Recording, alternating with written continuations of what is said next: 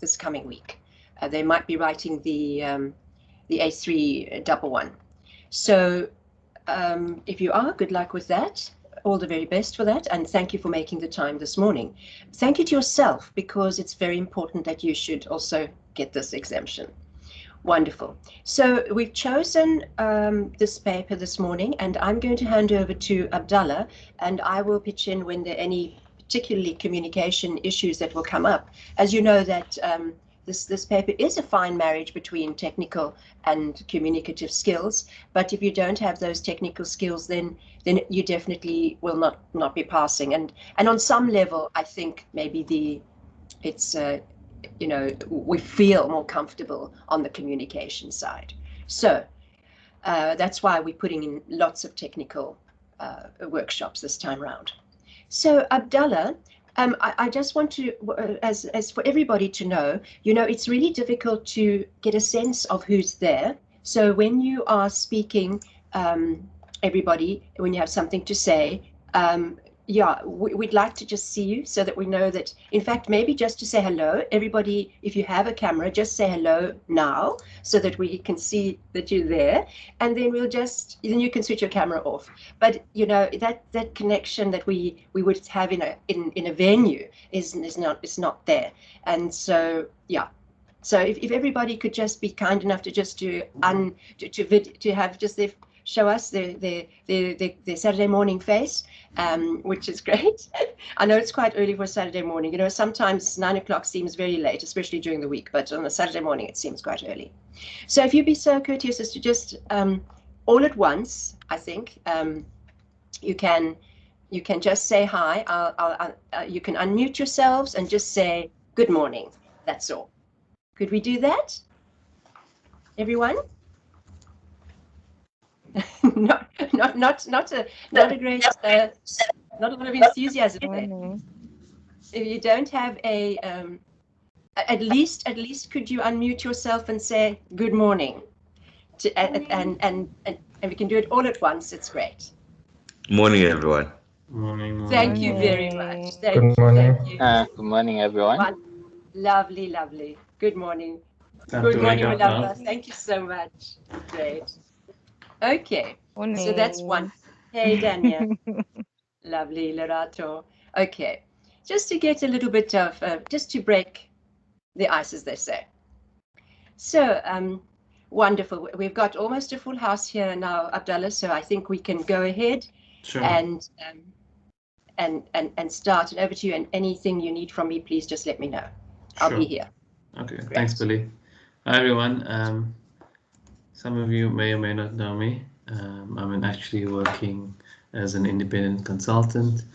I've spent a lot of time marking and setting question papers for communication exams, for UCT, for the academy. So I've got some experience understanding the art of communication exams and how to pass them from a technical standpoint. One of the benefits of being a technical marker is that you get to see the type of mistakes students make typically, and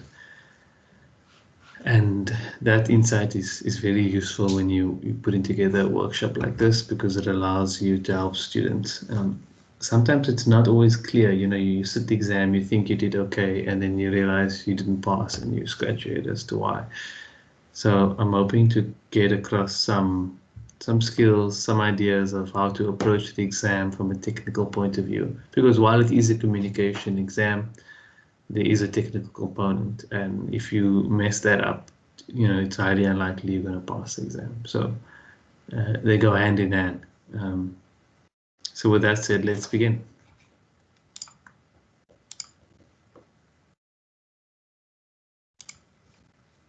So if there are any questions, I can't really see the hands always, so if you just speak up, I can answer your question as we go along. Okay, can everyone? I'll just watch out for that too for you. Sure, and the chat, if you can, Billy. But it's a small group, so feel free to just jump in freely. And can everyone see my screen? Okay, cool. Yes. So let's start. Okay, so the idea is that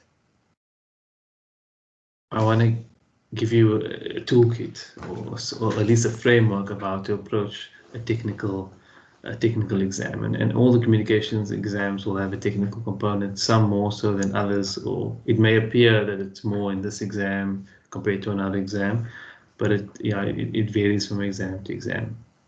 So future exams will always be different. The idea is to take the key lessons out of what we look at today into your next exam. So we'll start by just looking at a brief overview of the technique you can use to approaching the exam, and then we'll apply that technique to the specific exam, which is the May 2013 A302 question paper, question 2 specifically. So I'm hoping you would have all seen it, you'd have all looked at it, and hopefully you would have attempted it. Is that the case? Has everyone seen the question paper?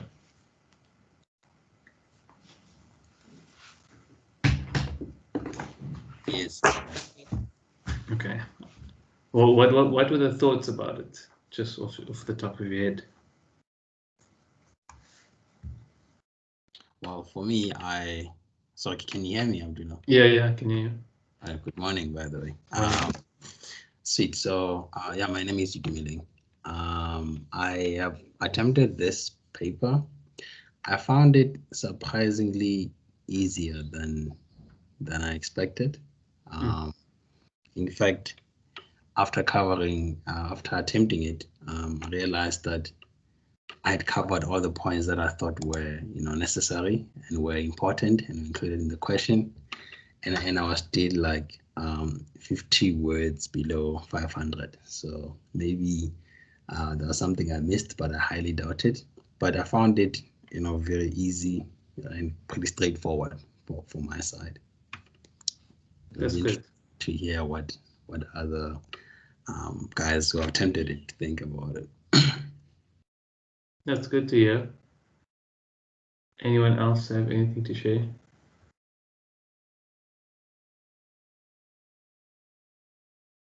Okay.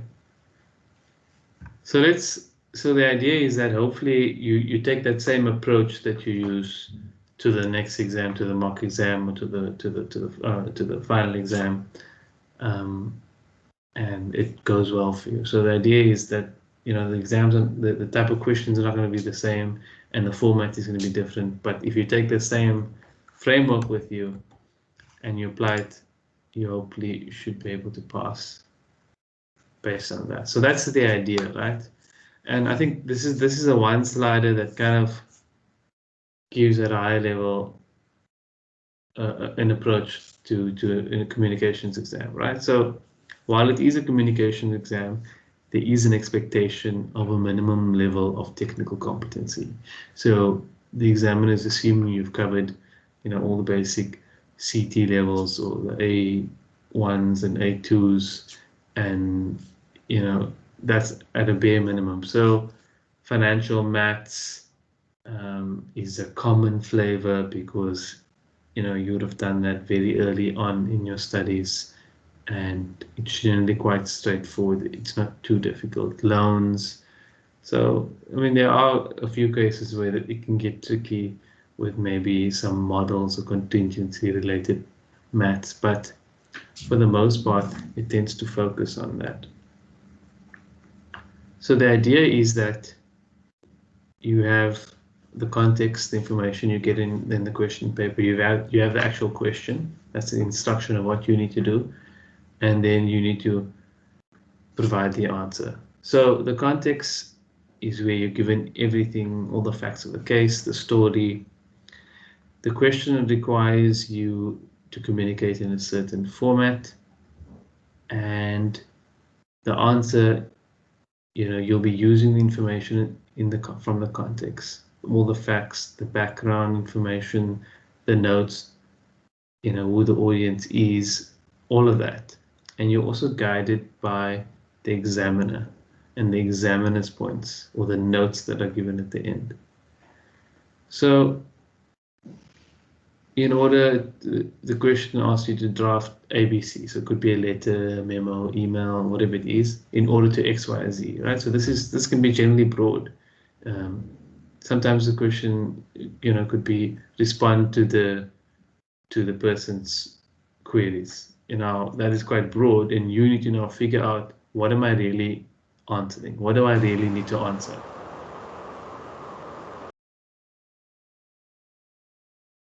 So you need to figure out what you really need to answer. So sometimes the question is not very detailed. So if you're responding to a letter, then it means that all the points that you need to answer are sitting in the letter, and you need to now make sure that you cover those points.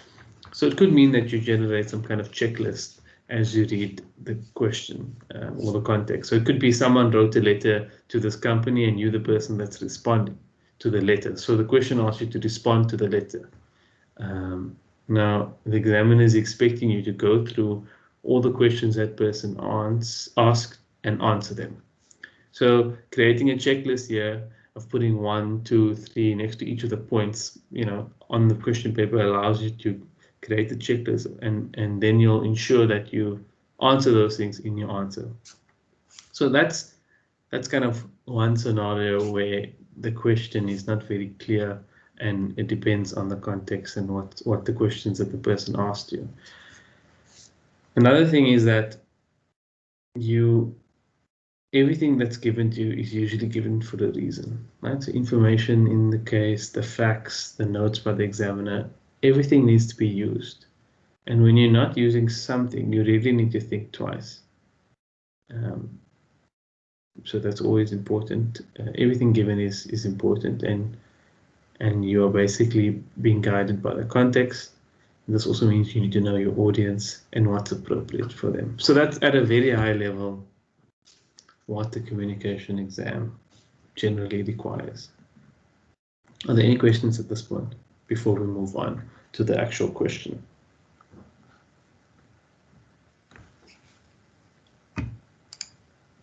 Okay, let's move on. So I'm assuming everyone's read the question, maybe you have it in front of you as well. That's useful. So in terms of how to approach a question like this, or a general question in a communication exams, this is one approach. And the idea is you start off by reading the instruction. So in this case, the instruction was draft a letter to the client, explaining options available and give a recommendation. So before you then started reading the context and the facts of the case, in the back of your mind, you're drafting a letter. And what do you need to do in this letter? You need to explain options available to her. And then at the end, you need to give a recommendation. So that's already the broad structure of your letter right there. What the options are and the recommendation, we still need to look at that. Now you start reading the context. Now you read the body of the question, all the facts, and then you read the examiner's guidance. So with the examiner's guidance, as I said, it steers you in a specific direction. So your context will give you the building blocks of your technical solution or your technical calculation that you need to produce, and the examiner's guidance will steer you in a specific direction. And the examiner's guidance will often give you simplifying assumptions.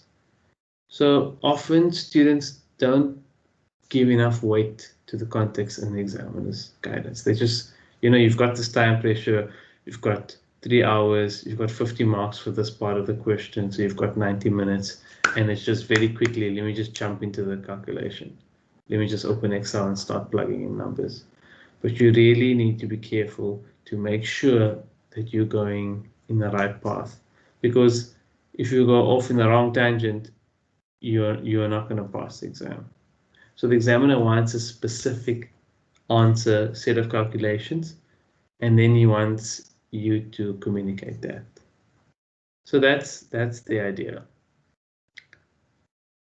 After we've looked at the context and the guidance, you need to figure out what is the goal of your calculation. You need to do some kind of calculation, because you need to explain each option and then you need to come up with a recommendation. So it must mean one option is better than the other. How do I assess this? Now, that is what you need to figure out. What exactly am I looking for? How do I explain which option is better and why? So that's obviously going to be based on a calculation. So let's unpack the context a bit more. There are a couple of pieces that we've got going in this context. We've got the fact that you're a financial advisor at this financial services company. You've got a new client, Mr. Mabena. You've got a letter. You need to put together a letter that's giving advice. There are two options. You need to explain them, and then you need to recommend something. What are the two options? Is a mortgage bond and a retirement savings. You need to compare these options using calculations, and you've got some notes from the examiner and key facts of the case. So in this scenario, your client wants to make a financial decision, a holiday home purchase. The client needs advice. This is where your explanation and recommendation comes in through a letter. Okay, so that's at a high level what the building blocks are. Now let's unpack each one and see what we can get from this. So what I'm trying to help you understand is how to look at the information given to you and how to think about it in a kind of a generic way so that you can answer the question. So in this case, you're a financial advisor. So in general, this means that you're required to give a client advice that meets the client's needs based on their circumstances. That could be what their assets are, what their liabilities are, what their income is, what the expenses are like, and their risk tolerance. Your advice generally needs to leave the client in a better position. And the client needs to understand the impact of advice. So in a typical question where you're the financial advisor, you're going to be giving advice and it's going to be based on the client's circumstances. Now in your head, you should be thinking some of these don't apply to this case, this question. This question was a lot simpler.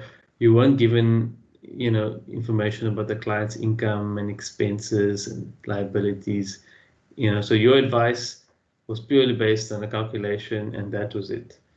But you could see, if in another scenario, if you were given more information and if the examiner gave you hints about the client's risk tolerance, if the examiner said something about, Mrs. Mabena hates losing money or hates taking on risk or, doesn't like to see the markets going up and down. In your mind, you need to be thinking, this is the examiner telling me what the client's risk tolerance is like. The examiner is telling me this for a reason. I need to include this in my answer in some way or form. It shouldn't be just read as a by the way thing. So everything given to you is important. And in this context, for this question, our life was simplified because they told you already determined that only two options are available. Right? You were told up front there are two options available and you were given what they were. But in other words, these are the two options, but you haven't decided which one is best yet. Now you will go and decide which one is best and then communicate that. So the examiner already kind of cut out a lot of your work here, but in another exam question, more could be required from you. You could have to take into account the risk tolerance into your advice, or you can take into account maybe the client doesn't have enough surplus income, or there's an affordability issue, or there's some other kind of risk issue, and so on. So that's what you need to kind of take in when you become the advisor. Okay, are there any questions at this point?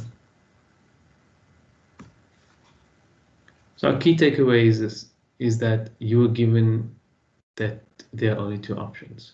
This means that no other option should be considered. So this is not a test of how many options you know of or how well you can give advice. The examiner is clearly telling you these are the two options. Only speak on them, only present them, only compare them. So if you start introducing other options, you know you've gone off the wrong track. Okay. The client. You've got a new client. The client made a decision to purchase. The client's already made this decision. The client is now deciding the best way to finance. So off the top here, when you're reading this, when you're reading the question or the context, you know already the client's made the decision. So you're not giving advice on whether the client should or should not purchase this home. That's done. The client's deciding the best way to finance. So you can clearly see the client understands that there's more than one way to purchase or finance this holiday home, but she perhaps doesn't know what the other options are or what the best options are. We are told that she already has a mortgage on a primary residence. This tells us that she understands how a mortgage works.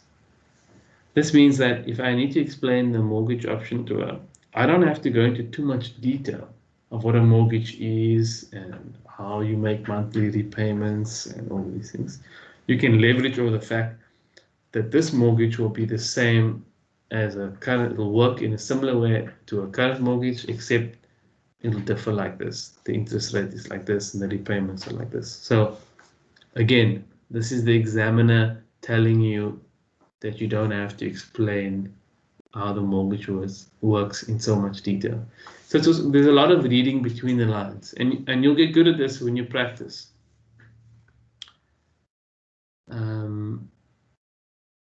She's interested in, and lastly, this is from the last point in the examiner's notes, she's interested in understanding the impact of each option on her monthly cash flow, on her budget. She wants to know how much does each one cost on a monthly basis.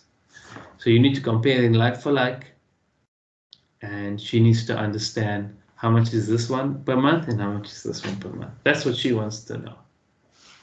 Okay, so it's important that we know this from the outset. What do we need to show? Because our calculations basically need to end up here. They need to lead us to this point. Any questions?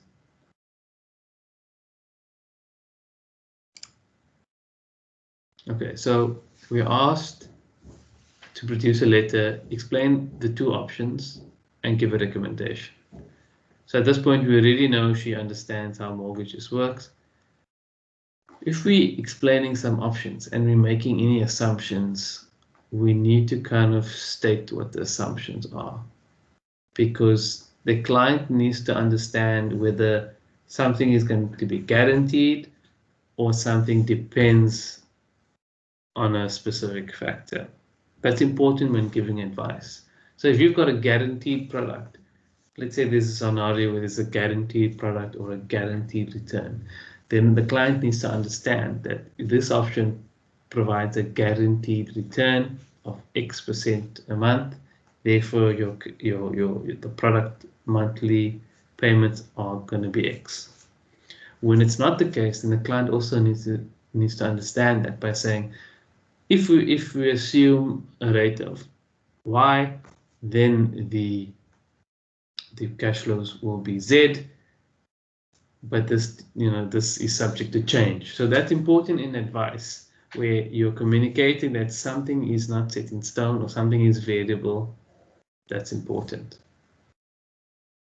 So and then when giving a recommendation, you need to support the recommendation with the reason, right? So you'd say, okay, this option is better than option A is better than option B because of X, Y, Z, and that'll get you the marks. So again, in producing this answer, she's not a technical person, so she doesn't need to understand all the maths behind how the loan repayments are calculated. She just needs to know this is the repayment, it depends on this interest rate, this is better because of A, B, C. You need to do all the maths and communicate it in a non-technical fashion. So let's do that, right? Let's start looking at the options. At this point, are there any questions? So looking at the paper itself, you were given some information in the notes. You were told that the aim is to finance the purchase of a 2 million rand holiday house. Okay, you were given information on your option 1. This is the mortgage. Take out a loan of 2 million. It's got a 20-year term at a 9% per annum convertible monthly interest rate. Now, NACM is basically shorthand for nominal annual convertible monthly. In other words, 9% per annum convertible monthly. So this is an industry term that you will find typically in fine print of a document or loan application. And this is typically how interest is charged on loans monthly. So this is a common way. It's a common industry way of actually displaying the rate. Okay. We'll unpack this in a bit more detail, but this is an assumption. In the question paper, you are told that your company estimates that over the term of the loan, this interest rate will average at 9%. Okay. Again, this is not guaranteed, it's an assumption. So it's important for you to communicate that across in your client. They didn't tell you, they could have just said, assume the interest rate is 9%, or the interest rate is currently 9%. Then you would have had to say, okay, currently the interest rate is 9%, but this change. But here you're told that your company made an assumption that it'll be 9% in the long term. So you need to communicate that, to say that we estimate that the interest rate will be on average 9%. Cool. So that information was given for a reason. You also need to communicate that. You are told payments are made monthly in arrears and it's paid from post-tax income. So at this point, we've got a loan and we'll have payments made monthly. So we really have an annuity where the present value of the annuity paid monthly in arrears is 2 million rand. Okay. That's what we've got here. So we can use that annuity formula to calculate the monthly repayments. So this is kind of very straightforward, and we can calculate it on our calculators or in Excel. Any questions at this point? Was everybody comfortable about the loan?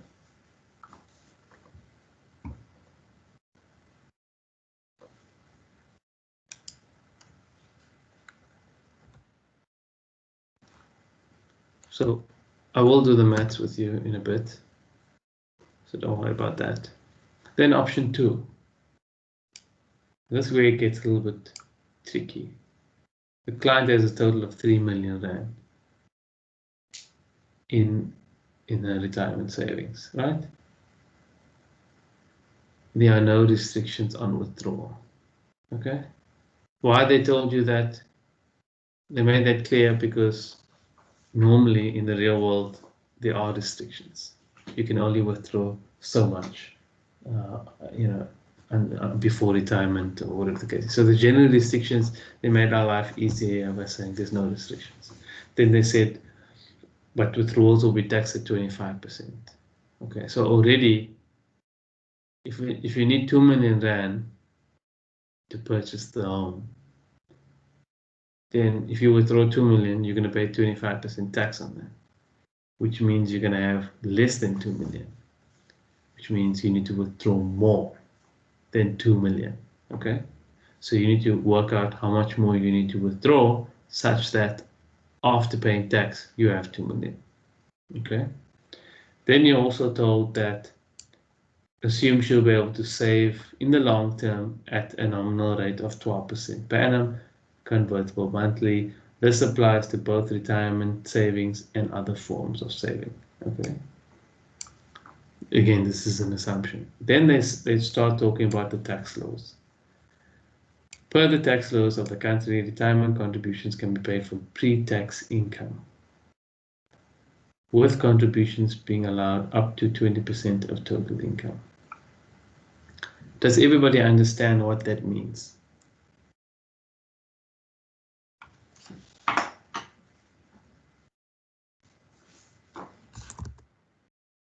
No one is saying anything.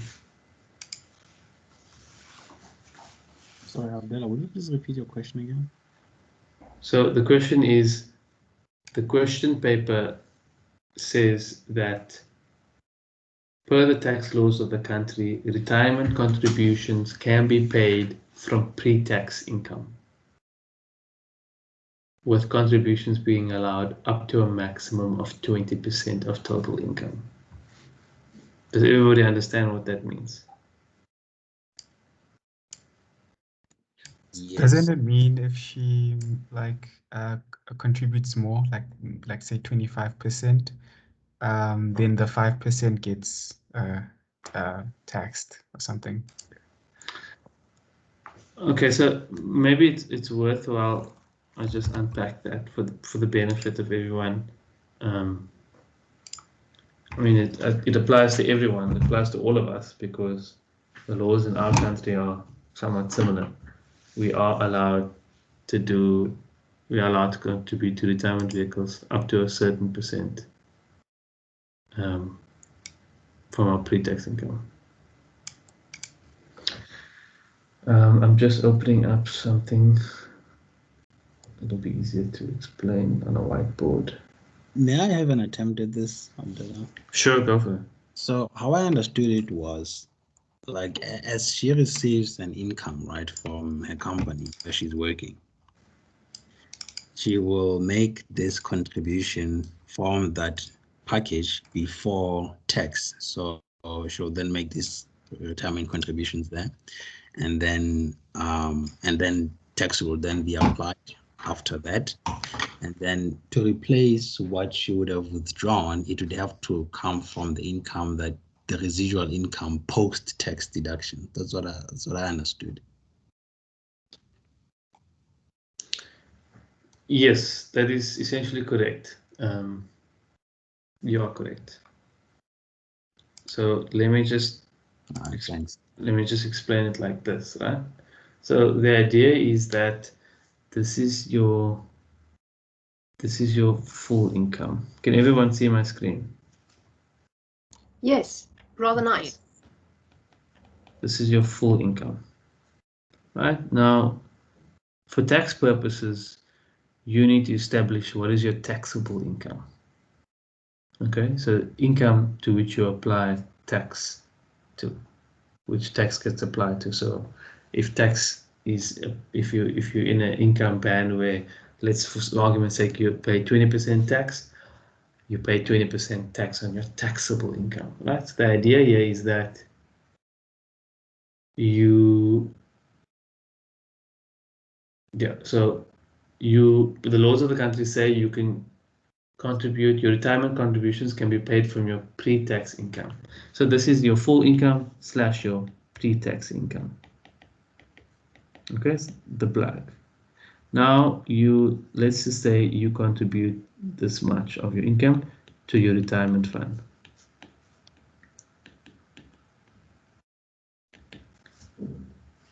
And maybe there are some other deductions too, medical aid, whatever it is, and then you end up with this over here. The rest over here is your taxable income. Okay, so retirement contributions can come off your pre-tax income, some other things, maybe medical aid, whatever it is, the rest becomes your taxable income. Then of this, you pay tax, so tax makes up this piece over here, and then what's left over is your after-tax income, or post-tax income. Okay, so that's the idea here. You got your full income, and then you start saying, okay, what can I take? What can be paid from my pre-tax income? I pay those things. Then I'm left with my taxable income. Everything below the line here is my taxable income. Tax gets deducted off. I'm left with the residual in purple. That's my post-tax income. So they're telling us in this country, you are allowed to make retirement contributions from your pre-tax income up to a maximum of 20%. So this basically, they're telling us that this pink block is capped at a maximum of 20%. Okay.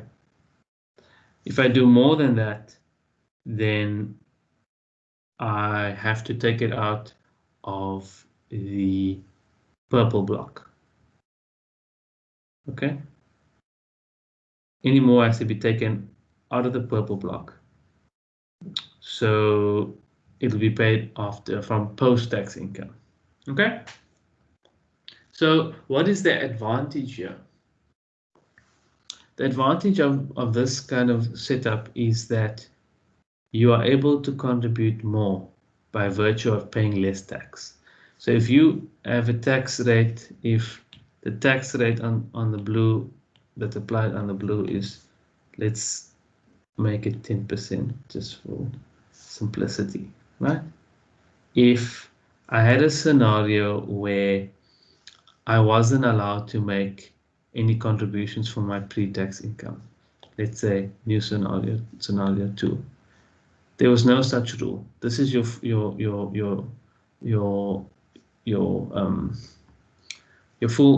income is basically equal to your taxable income. So you get taxed on all your income. And let's just say, for simplicity's sake, our income was 100. Taxable income. Okay, let's just say this was 100. Now we applied our tax, 10%. So now we minus tax at 10%, and we've got 90. Now I decide I want to contribute 20 to my retirement, and I end up with 70. Okay, that's my take home. That's my take home, or my post tax income after taking into account my deductions. In this case, I have 100, right? I start off with 100. I also contribute 20. Okay, which happens to be the maximum as well. It's 20% of 100. Right? I'm contributing at the maximum. I'm left with 80. Now let's just ignore this for simplicity's sake. Ignore that that other orange. Let's say all of this was 20%, right? Now I apply tax at 10% of 80. 10% of 80 is now 8. And then I end up with 72. So you can see that the difference here is that 2, where I end up with more take home under this scenario because I paid my retirement contributions from pre-tax income, which means I was taxed on a lower amount. In this case, I was taxed first, which means I was taxed on a higher amount. And then I took off my retirement contribution. And the difference there is the effect of your marginal tax rate, right? Which is, if you look at it, it's 2. The difference is 2. And that difference comes from your marginal tax rate, or your tax rate, times your retirement contribution. Right, so it was basically 10%. I'm going in a bit more detail here, but this is just for your understanding. Okay, so this is the benefit. This is the benefit of contributing to a retirement vehicle in a country where you have tax deductions that apply to these contributions. So in South Africa, we've got something similar. Okay, which is why if you wanted to save for retirement, you put it in a retirement fund vehicle. So that'll be a provident fund, a pension fund, a retirement annuity, because of this tax benefit. So you paid, in this scenario, you paid less tax to the tax man, and you took home more money as a result. Now, in theory, you can take that too, and then also contribute it into the retirement fund. In which case, you will then have an extra, you would have made an extra 10% contribution to your retirement fund, and then you end up in the same position like this. So if you want to end up in the same position, you'll basically you'll end up contributing more to your retirement fund. Okay, so back to the question. The question says, you can do this. This is the scenario in this country, but up to a maximum of 20%. And then you were told your client has already reached this limit. So any additional savings will be made from her post-tax income. Okay. Now the reason why they told you this was so that you didn't think there was a tax benefit left over for the client making further contributions. In other words, so you didn't have to overcomplicate your example. If, for example, they gave you more information and they said your client's not at the limit, she's only used 10%, she's still got a remaining 10% leftover allowance, she earns an income of so much. Now you've kind of complicated the question, and now you need to try and figure out what the tax benefit is. So you were given this information to kind of tell you that she's already at the maximum, there's no more tax benefit. If she's going to make further contribution, it's going to come from here. Okay? And prior to that, you were told that for the loan repayments, I'm going back to the deck now. For the loan repayments, it was paid from post-tax income, which is kind of obvious, but they told it to you anyway. And now they told you the same thing over here. So what does that tell you? That tells you the payments are made both from post-tax income, so they're like for like. They're on the same basis. Okay? It is kind of confusing to say, oh, contributions to retirement savings is tax deductible, but the client is already at the limit. Therefore, savings are paid from post-tax income. So they're trying to steer you away from considering the tax benefits of making retirement fund contributions, because that is not what they're looking for in this question. There could come a time where there's another question where they want you to explain to the client the benefits of making contributions to a retirement vehicle where such tax deduction is applicable. In fact, that's a nice exam question. Okay, because this level of maths is kind of expected from an actuary or an actuarial student at least. Okay, bottom line is we've got like for like. The loan repayments are made from post-tax income. The savings are paid from post-tax income. They're kind of made on the same basis. Remember now, we're trying to compare two options. We need to get them on equal footing. Yes, they are different and different interest rates apply, but we kind of need to compare like for like. Now, you were told in the question that under this option 2, your option 2 is you make a withdrawal from the retirement savings account, right? You've got 3 million Rand there. You have to pay tax, but you can calculate how much you need to withdraw. Then you're told you would then need to set up a separate savings plan to make up for this hole in her savings by the time she retires. Okay. So really, they told you it's a separate savings plan, but they also told you that she's already at the limit with the retirement contributions. They told you that the 12% applies to retirement savings and other form of savings. So now they're telling you you're going to take the money from your retirement savings. You need to set up a savings plan to make up for this by the time she retires in exactly 20 years' time. Okay, so you were told it's also 20 years.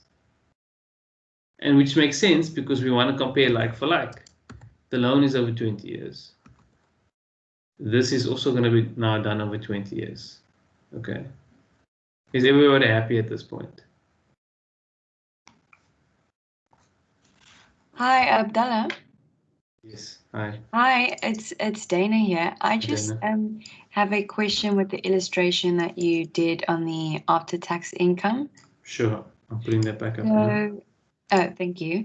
So my question is, where does pensionable salary and non-pensionable salary then fit in your illustration? Yeah, so pensionable salary is, so it depends on the company, how they define it, but it could be, so in the pension world, you've got, let me start just quickly here. Bit of a digression, but I'll entertain it, right? So you've got, in the real world, we work on what they call a cost to company basis, CTC, where the company says, this is all we're paying you. Okay, and let's make it 100. This is your cost to company. This is your package. This is it. This is what you cost the company. Everything you get from the company, salary-wise, benefit-wise, pension, retirement, risk benefits, all of that comes from this block. Okay, this is your cost to company. Now, you've got your pension or retirement contribution. I'm going to call it retirement contribution because that covers a pension fund or a provident fund, right? And what you'll decide on what your employer contribution will be and your employee, right? So let's say this is set at 5%, this is set at 5%. Now your pensionable salary is what this applies to. How much of your salary do you apply this to? Now, sometimes it's set at like 80% of your cost to company, or 85 or 90, but it varies from company to company, right? So you could be like, so the idea is that what your pensionable salary is the salary you apply this to. And then you can also have like your risk salary, right? Now your risk benefits, your group life assurance, your disability income benefits, those are all risk benefits. And when you belong to a group scheme, right? Like if you work for a company and the company's got a provident fund or pension fund, attached to that is also generally risk benefits, such as those group life cover, income protection products, disability cover, all of that. So what they do is everyone in the group gets it and they apply a certain level, maybe it's 2% or 1% of your risk salary. So it all depends on how they define it, but it's generally defined with reference to your cost to company. So it could be 85% of it or 100% of it. It all depends. So basically, you have this block for your retirement fund contributions, and then you've got your risk piece there, which is generally small, and then generally you have your medical aid will come off here, and then you're left with your kind of your taxable income, which is generally this, and then you get taxed on this. And in fact, there's also like a rebate. So you'll get taxed. This will be the tax calculation, and then part of this will be rebated. Like there's a rebate for the difference between under 65 years and then this is what you pay tax on. So what you end up paying tax on is this block over here, and you get taxed on, this will be the tax piece in blue. And now when people talk about a marginal tax rate, they're saying, well, it's actually this tax, what you paid in blue, divided by your full earnings. And then this is your marginal tax rate. Now, when you look up someone's package on the tables, the income tax tables, you'll find for the different salary bands, it'll say, okay, if you earn in between, if you earn between 0 and X, or between, if your salary is between A and B, then you're going to pay tax of Z plus 20% on the amounts above whatever, above A. Whatever is between A and B, then you'll pay whatever it is. So yeah, bit of a digression, but that's kind of the bigger picture. So that it's all about, when you have deductions, you take it off before you pay tax, and then you pay tax on a lower amount of income as a result. Okay, I hope that answered your question. Yes, it did. Thank you. Thanks, Abdallah. Okay, right, back here. Let's move on now. We've got these two options. Let's just go back to our approach. Okay, so we've kind of read the instruction, we've read the context, we've gone through the examiner's guidance, and we looked at what the examiner was talking. We looked at everything the examiner spoke about. He spoke about the tax laws of the country. We get what he was trying. We get what he meant there now. We understand that. It's very dangerous to be writing this exam and there's one or 2 points in the notes that you don't understand where it fits in, because then you're missing something. Okay. Yeah, we've considered everything. It even told us to ignore any income that may be derived from ownership of the holiday home. So they don't want you to be like, okay, cool, you can kind of take a loan out, and then when you're not using the place, you can rent it out and then assume you get this income, and then you're actually going to pay less every month. No, they want you to stay clear of that.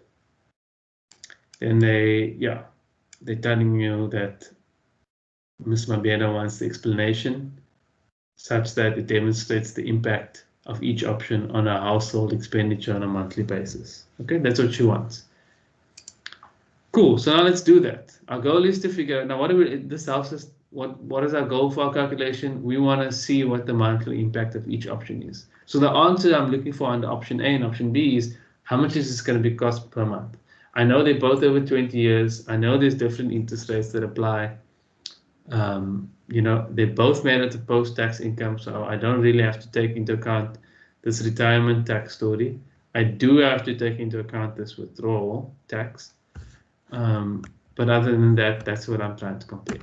So now I'm going to do my calculations with that in mind. It's very dangerous for you to just go in aimlessly and start calculating things when you haven't given it, when you haven't applied your mind as to what you want to work out. Now before I go into the Excel calc that I've got, Billy, I just want to confirm that students can use Excel. Yes, absolutely. It's a given. You can always use Excel. You don't submit those sheets or workings depending on where you're going to be. If you're going to be in the venue, then it's slightly different, of course. But you don't submit. Okay, but basically, allowed to use. You can use Excel, right? So. Oh yes, they encourage you to do that. So when you're using Excel, okay, thanks, Billy. When you're using Excel, obviously you're saving time. So don't think that, okay, I'm just going to use my calculator because it may be that you need to use Excel because it's better and it's quicker. Okay, and it's less room for mistakes and everything, right? So we understand that for option 1, we've got a 2 million rand loan, and we need to calculate we need to calculate what the monthly repayments are. Let's call it X. So basically, I want to calculate the present value of a series of cash flows that are level. They're all the same, right?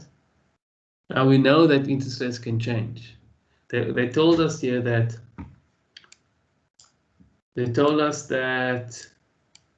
you would get you would be able to get the mortgage at the prime interest rate, which is subject to change each quarter. Now we obviously don't know how it's going to change and all that. That's why we've made an assumption on the long-term nominal rate at 9%. So what's the nominal rate? 9% nominal annual convertible monthly. Okay. Now our good friend from FinMaths is this formula over here. I hope everyone recognizes this formula. Okay. So just a quick recap. I over here is what? Our effective interest rate per annum. What is IP? Can someone shout out and tell me what IP is? It's effective over the PF period, whatever that is. No. IP. IP is actually that 9%. Exactly. IP is our nominal interest rate. Oh, sorry, I meant the IP over P. Yeah. Per annum. Now, IP over P, as you've said, is the effective. So I'm gonna see. Is effective P3. Right? Whatever P is.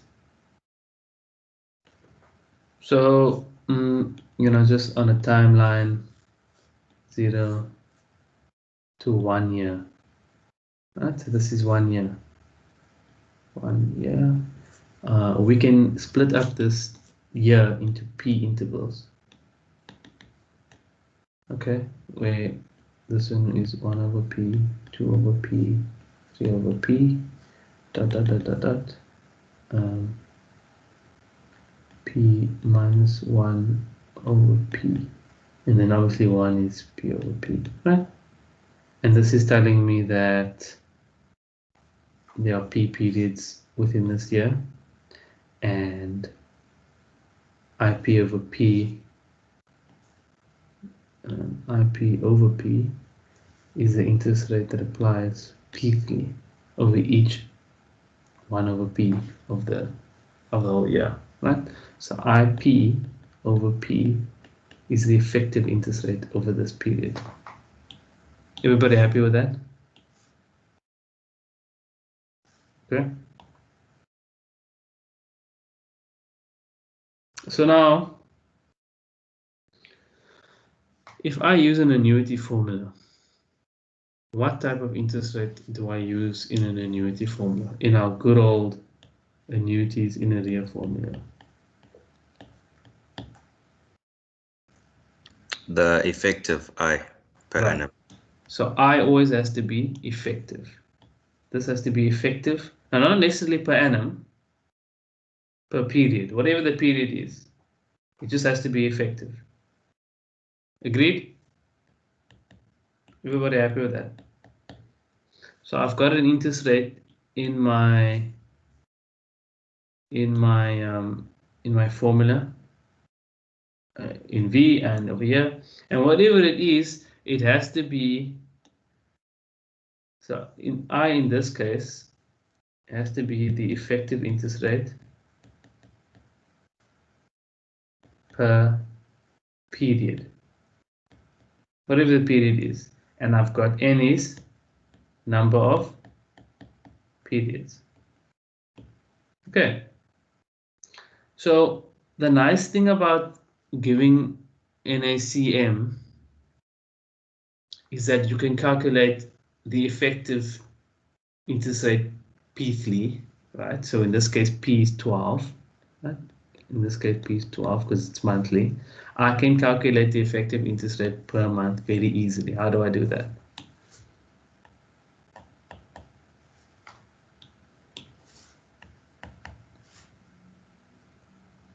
Okay, that is my effective interest rate per month. Everybody happy with that? Yep. So the easiest way for me to set up my annuity is to just say, now I'm going to call this J, just for ease of reference, right? The easiest way to set up our annuity is to use, we've got 20 years times 12 is 240 months. Is to say I've got an annuity over 240 months at interest rate J, and the amount, the repayment is X. Because remember, I already want a monthly payment. So if I work in months, then everything is sorted. X is the amount per month. Agreed?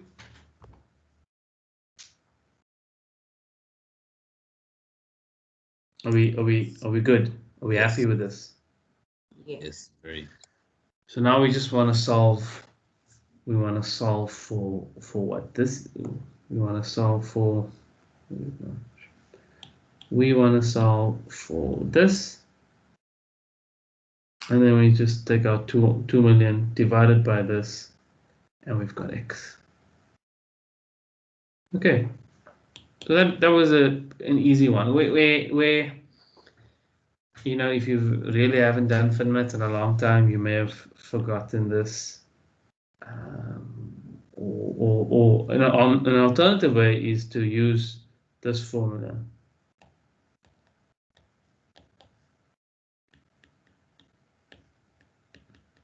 Okay, you can also use this formula. But this is, you mustn't forget that you use both. In this V, you've got 1 plus I. And then over here, you've got IP. Over here, you've got IP, right? So you have this in the question as 9%. You now need to work out what I is, right? And you'll use this formula over here. So now you've got to work out what I is in order to use this, which is more work than just, you know, 9% divided by 12, and I just use my normal annuity formula over here. This is less work, right? Because I'm using J right through. Instead of I just use J right through, and then this is in terms of months. So it's less work. Agreed? Okay, part 2. Now, sometimes part 2 can be a bit tricky. First step, we need to calculate how much I need to withdraw from my retirement fund. I pay tax on 25%. So, I mean, I can basically just set up an equation. I need 2 million. What I need to withdraw is X. But whatever I withdraw X, I'm only going to receive 75% of it. Okay? So if I withdraw 1 million, I pay 25% tax, I'm left with 750,000. And then I'm just basically solving for X, and that's how much I need to withdraw. I know I need to withdraw more than 2 million, and this is like 2.666 million or something. Okay, so that's the first step. That's how much I need to withdraw. Now, I'm saying the question is telling me this 2.66 million, whatever the amount is, it's around about that, if I'm not mistaken. I need to replace this by putting an amount Y every month, and also for 240 months at the interest rate of K. And I'm told that the IP for this one is 12%. Okay, because 12% was given in ACM as well. So I can just take over 12 to get my 1% per annum, which is my effective per month. And I can use the same formula. Sorry, Abdallah, sorry. Can we just scroll up a bit? Why are we equating the 2 million with the X minus 1.25? What is X? Is that what you need to withdraw from your pensions fund? Exactly. Because I'm going to withdraw this, I'm going to pay 25% tax on this, right? Okay. And if I work out what that will be, that's going to be, it's going to be the 6.666 million. Okay. Then I'm left with, if I want to subtract that, I'm left with 2 million. Okay. Cool, thank you. So if you just skip that part and be like, client is paying tax on the withdrawal, but then it's like, if you read down there, you know, client already reached the limit, and you're like, okay, I'm not sure, I'm just going to leave it. You know, really, you're starting off with the wrong amount. So everything the examiner gives you is important. So if you need to highlight on your script, then do that, right? So what this is saying, it's like, okay, you've got 3 million rand in your retirement pot now. You're going to retire in exactly 20 years' time. You know, the money would have grown to some amount over here because it's going to be earning 12% in ACM, right?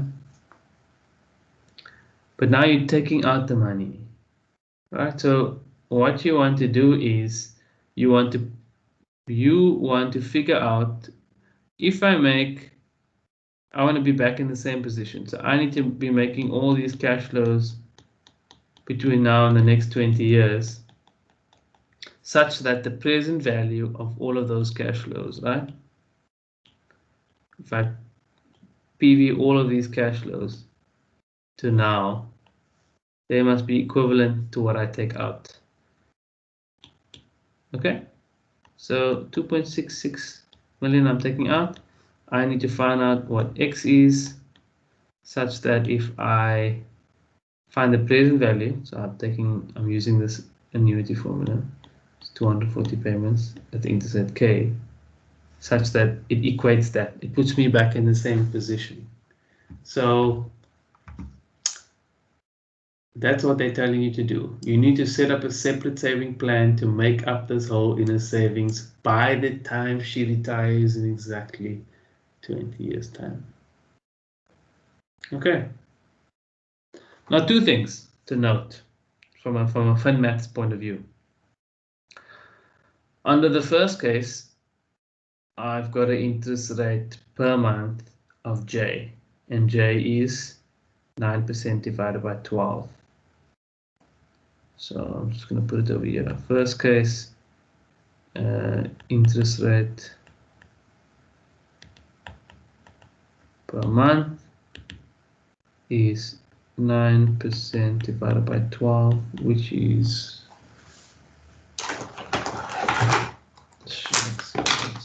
something. Yeah, 0.75. Oops. So you've got 0.75 over there. And under scenario 2, you've got 12% divided by 12 is 1%. Okay. So in scenario 2, you've got a higher interest rate. What does that impact do to my discount factor?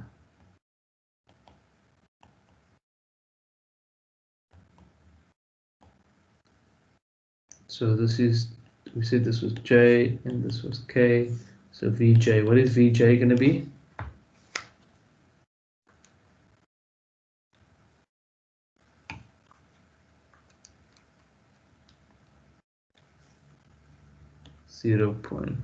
.571.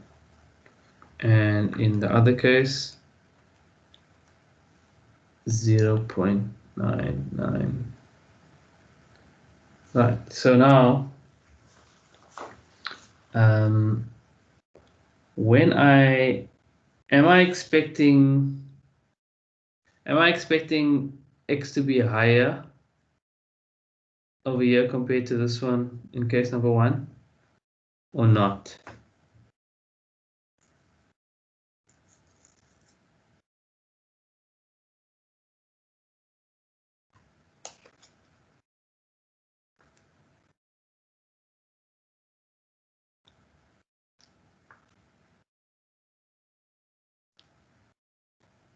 Oh, I made a mistake here, by the way.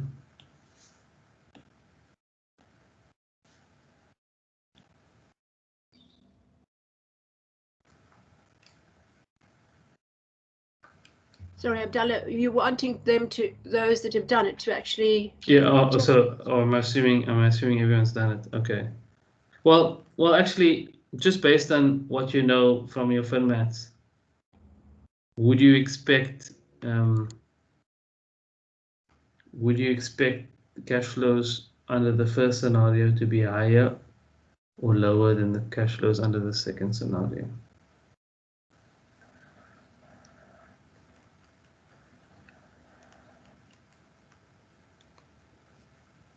Wait, wouldn't Okay, maybe I'm going off. I'm going a bit too far. Let's look at the answers. Let's look at the calculations. Right, so we understand in principle what we need to work out. Agreed? Do we agree that under scenario 2, this is what we're trying to calculate?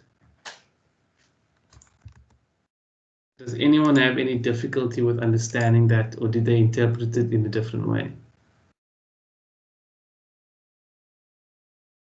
Tumeleng, you did this quite, how did you feel? Yes, so the maths and the calculations were not really a problem, apart from the fact that I didn't specify how much they needed to withdraw. I just assumed, I made an implicit assumption there, but that's something I can work on next. But the overarching, like the calculations here, what needs to be calculated and so on, that is not a challenge for me, as was communicating that across, perhaps to Ms. Mabena, and positioning it and explaining the interest rates and what they mean. That's where I was hoping would get to. But no, we will get there. We will get there. So don't stress. So let's just look at the calculations, right? So first of all, I like to start off by putting on top what I'm looking for, right? So that I know what I'm trying to calculate. Then now in both scenarios, we're using the same formula. So all I really did was I did it once, and then I copied and pasted it over, and then I just changed the assumptions.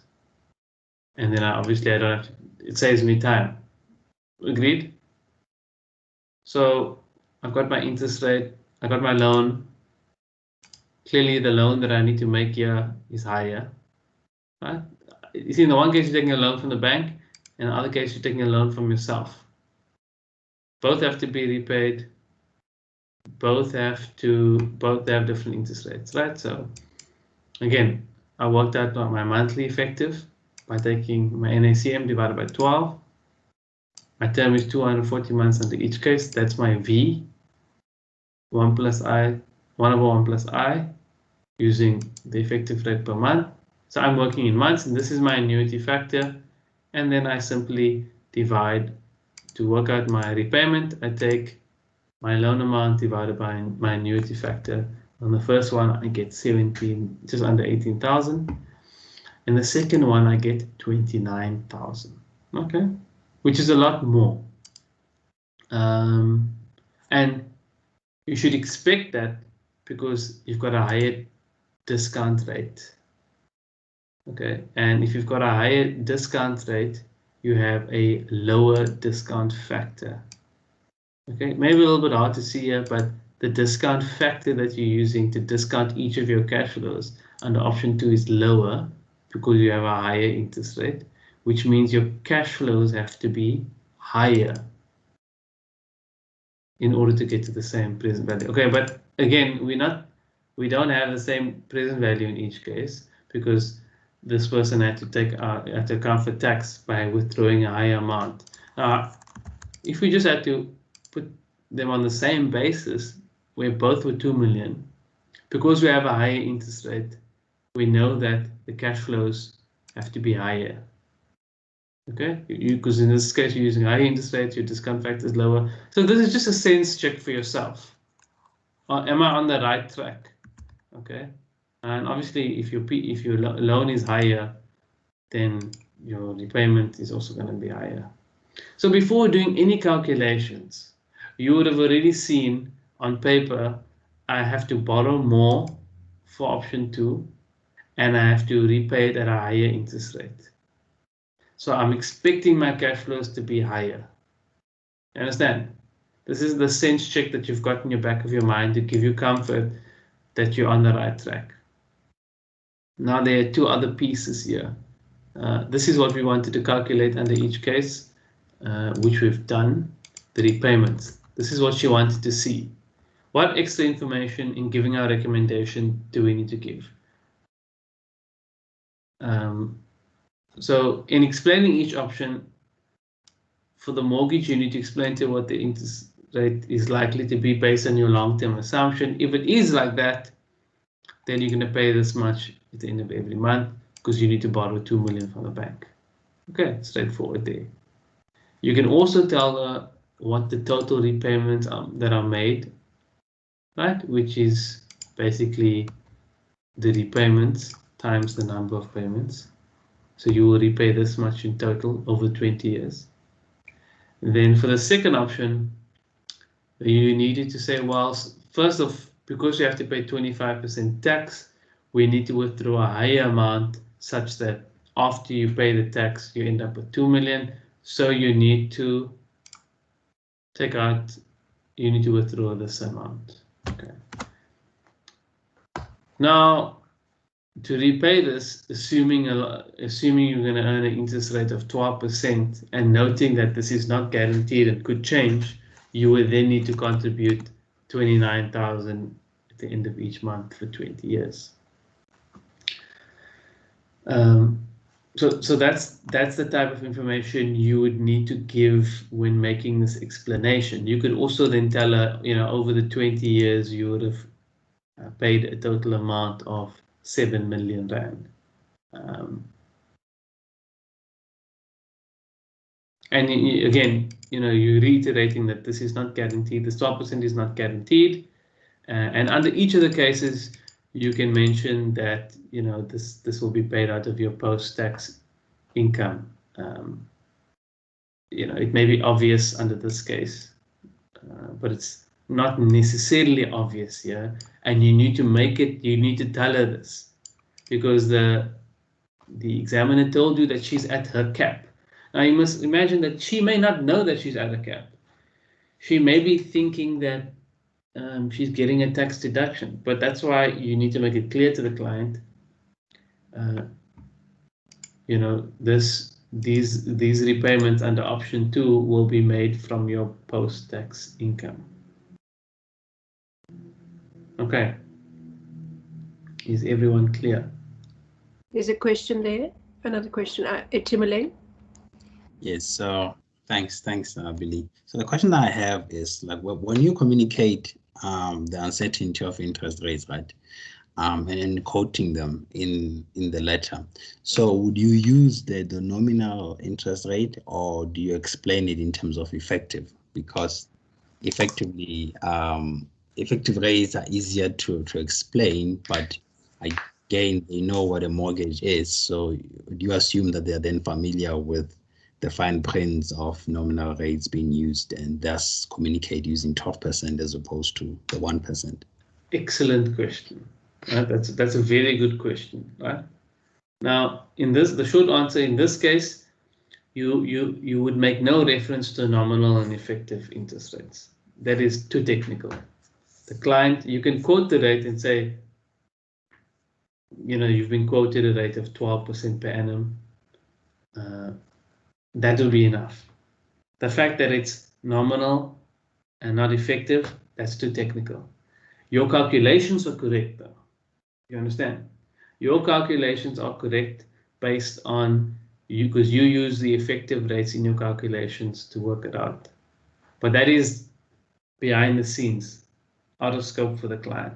The client needs to know she's paying 12% per annum on this loan, and this is the repayment.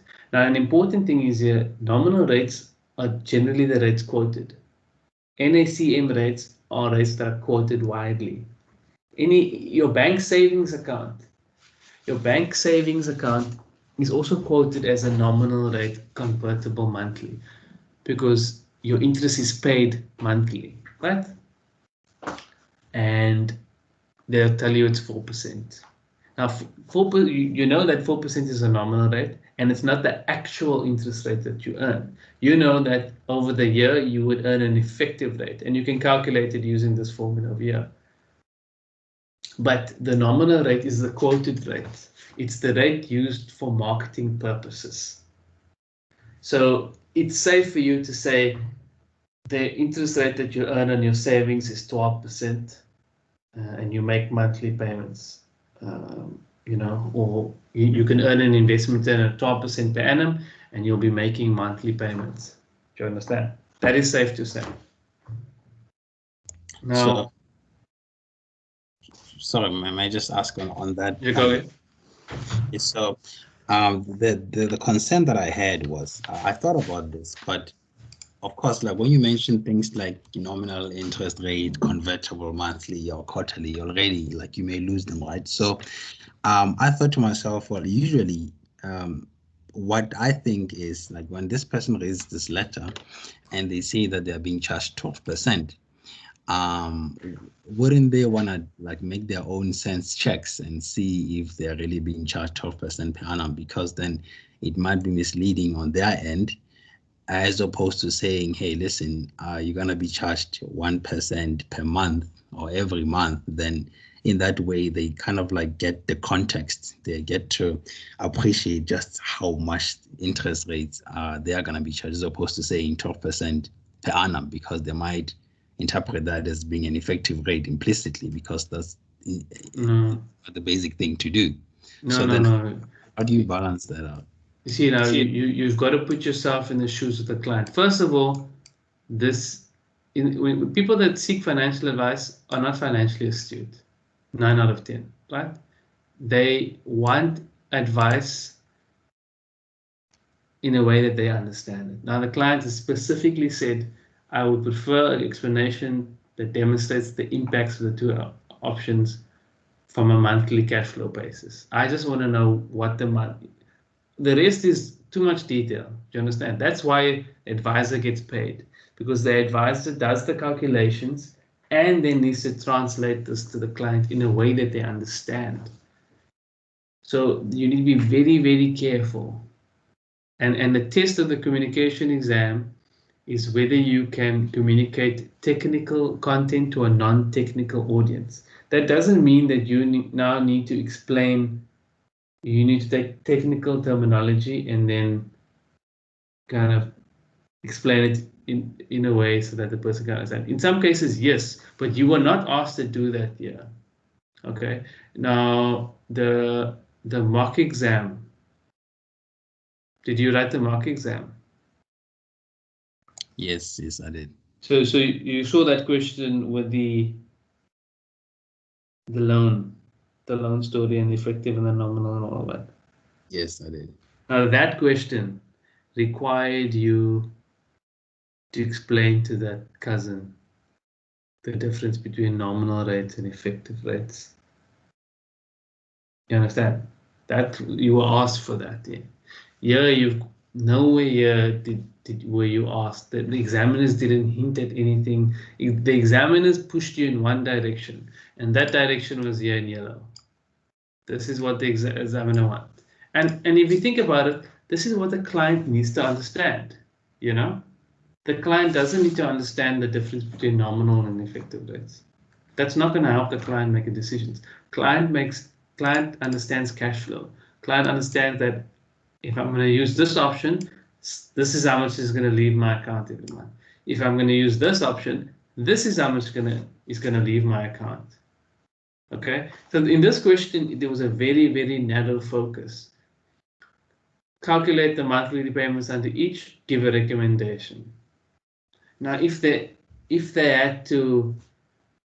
there were wider points where the client was like, Miss Mabena doesn't have any other forms of retirement savings, and they started giving you clues about, if they started steering you in the way of one option versus other, then it would have become clear to you that there were more factors that you needed to weigh up for her. There could have been other factors where it was like, okay, clearly option 1 is much cheaper than option 2, but remember, and and then the examiner would have given you those points and steered you in one direction. Here it was easy. Compare the two options from a cash flow point of view, give a recommendation. You with me? Yes, thanks. So be very, very careful, and this is where you need to put yourself in the mind of the client. You weren't given a lot of information about this client. You were just told it's a new client. She needs advice. You've already decided there are two options, and you were given some facts. So don't put in more than you need to. Don't make too many assumptions. See what the examiner. You need to come into a paper like this and think like the examiner. Where is the examiner steering me to? What does he want me to avoid? In this question, he wanted you to avoid this whole thing about tax on the retirement fund. They told you you're already at the cap. They gave you a hint and he said, under option 2, you would set up a separate savings plan to make up for the whole, right?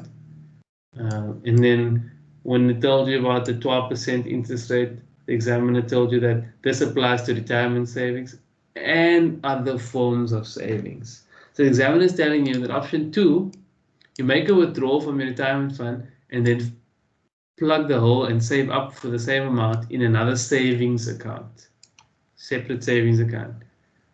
So yes, you're going to be paying tax when you make the withdrawal from the retirement fund, and that's why you need to withdraw more.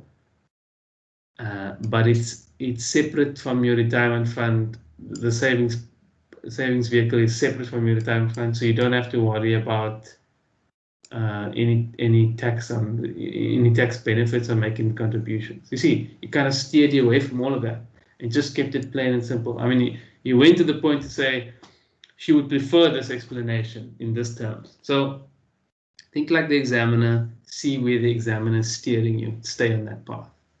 Okay. So Abdallah, Dana just wants to also ask a question probably related to that. Dana, you had your hand raised? Yes, hi, thanks, Billy. So Abdallah, my question is just with the last point that's mentioned in the actual question. It says that Mrs. Mabena would prefer the explanation to be blah, blah, blah, blah on a monthly basis. So is it appropriate to then say, instead of you earn 12% per annum, that you can say you earn 1% per month, i.e. 12% per annum? Well, not really, because it specifically says impact of the two options on her household expenditure. So that's telling you on her budget. So automatically that's like, give me rands and cents on how much I need to pay every month. Nothing to do with interest rates. She's not concerned about that. She just needs to know the bottom line. You see, that's advisors do a lot of work behind the scenes, and they distill everything into a very simple, yes, option A, you're going to be paying so much. The client sees 9%, but the client doesn't know what that 9% means. The client understands what 17,000 Rand a month for 20 years means. You understand? Okay. So it's then default for an advisor in this case to just give the percentage per annum because the client is mostly focused on what's my monthly repayment for the full 20 years. Yes, and another reason is that, first of all, they were both given to you on the same basis. Okay. Both the rates were given you on the same basis. Now, if they made one of them monthly, then you're sitting with a conundrum because you can't give a one in annual rate there and then a monthly rate there. Do you understand? So in that case, you would have brought them on a like-for-like basis. And I suppose then you could kind of choose, okay, well, I'll just make them both monthly. All right. But relatively, as long as they're on the same basis, then it was fine. Another spanner here is that they told you she already has a loan on a primary residence, right? And chances are that loan percentage is given her on an NACM basis. In fact, it's always going to be given to you on an NACM basis. That's industry standard. That's why we have nominal rates. Nominal rates are used for advertising purposes, right?